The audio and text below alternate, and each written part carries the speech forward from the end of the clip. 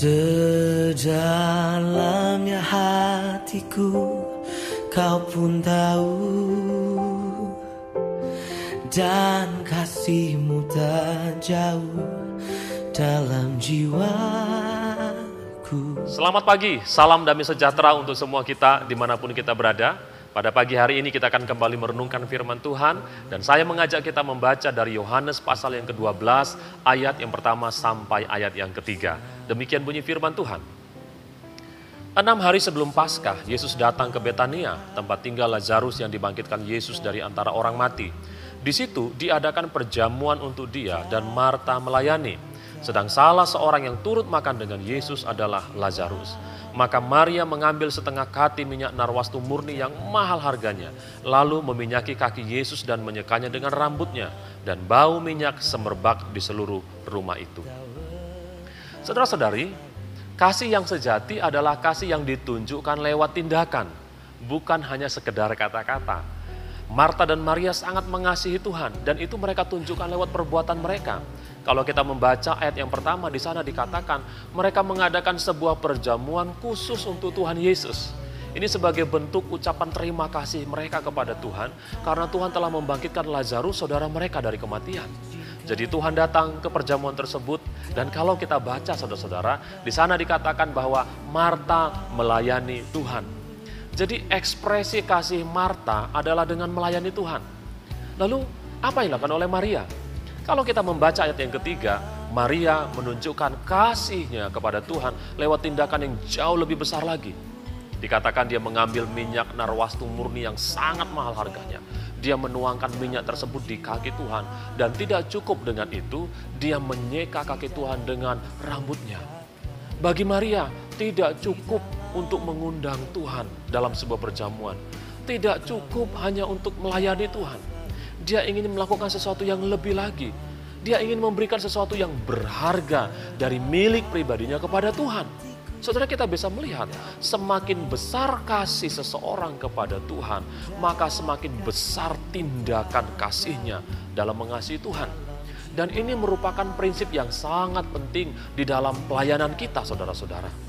Kita harus merenungkan sejenak apakah semua yang kita lakukan untuk Tuhan itu merupakan hasil dari kasih kita kepada Tuhan.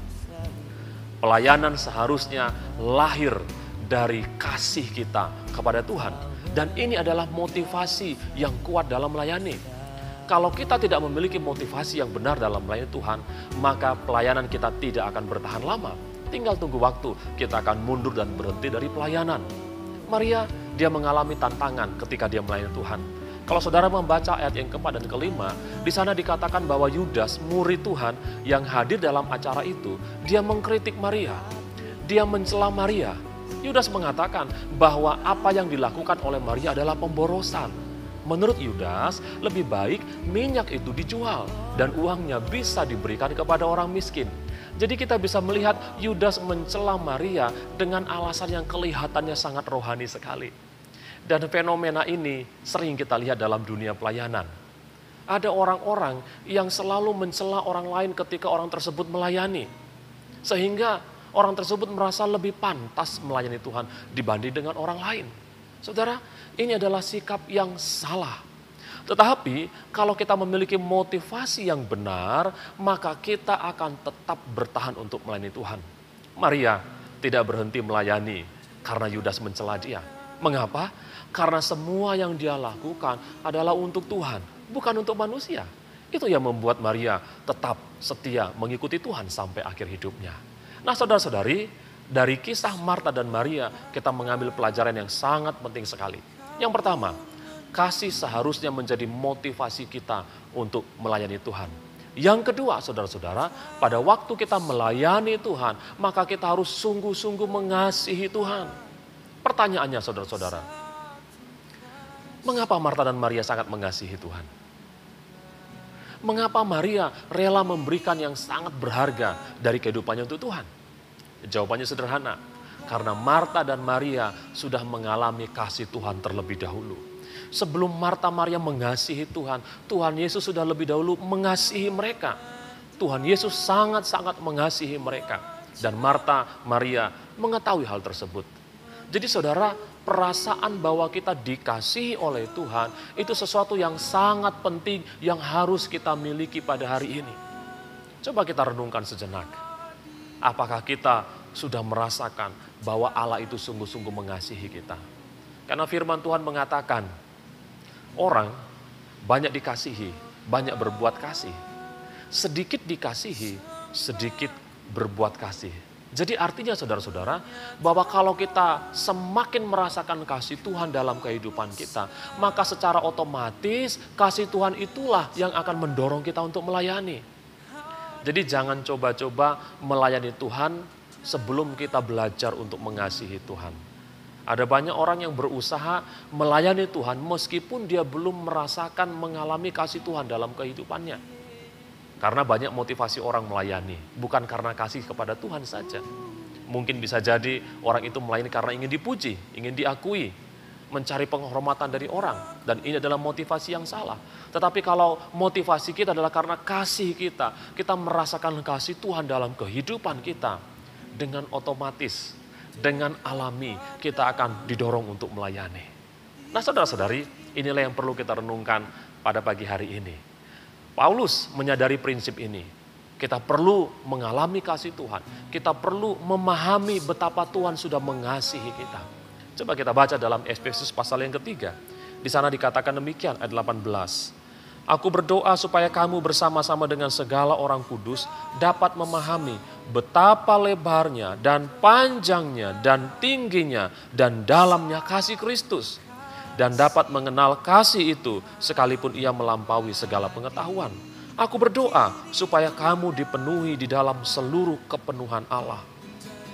Saudara, Rasul Paulus menyadari bahwa ketika kita mengenal betapa dalam, betapa lebar, betapa tingginya kasih Tuhan kepada kita, maka pada saat itulah kita akan memiliki semangat dan sukacita, gairah untuk melayani Tuhan. Paulus sudah membuktikan dalam kehidupannya sendiri. Dari kehidupannya yang lama, Tuhan menunjukkan kasih-Nya yang begitu besar kepada Paulus. Dan ketika Paulus melihat betapa besar kasih Tuhan dalam kehidupannya, maka sekarang dia terdorong untuk melayani Tuhan dengan segenap hatinya. Dia melakukan yang terbaik, bahkan dia rela mati untuk Tuhan. Motivasi kasih sudah mendorong Paulus untuk melakukan pelayanannya. Pagi hari ini, mari kita kembali renungkan sudah seberapa besar kita mengalami dan memahami kasih Tuhan. Bagaimana caranya kita bisa mengalami kasih Tuhan? Tidak ada cara yang lain. Mengalami kasih Tuhan kita lakukan dengan membangun sebuah persekutuan yang akrab dengan Tuhan. Seperti kata pepatah, tak kenal maka tak sayang. Semakin kita berusaha mengenal Tuhan, semakin muncul kasih Tuhan dalam kehidupan kita. Dan ketika kasih Tuhan memenuhi kehidupan kita, secara otomatis kita akan didorong untuk melayani. Kasih tidak mungkin berdiam diri. Kasih pasti akan bertindak. Love is action. Dan biarlah kasih Tuhan itu yang memenuhi kehidupan kita. Bangun persekutuan yang akrab dengan Tuhan. Kenal Tuhan. Dan kasih Tuhan akan memenuhi kehidupan kita. Dan akan mendorong kita untuk melayani Tuhan. Saya percaya saudara-saudara bahwa kasih kita kepada Tuhan tidak bisa dibangun dengan cara yang lain. Kasih kita kepada Tuhan tidak bisa dibangun hanya dengan sekedar kuantitas dari seremonial kita kepada Tuhan. Tetapi lebih kepada kualitas relasional kita dengan Tuhan.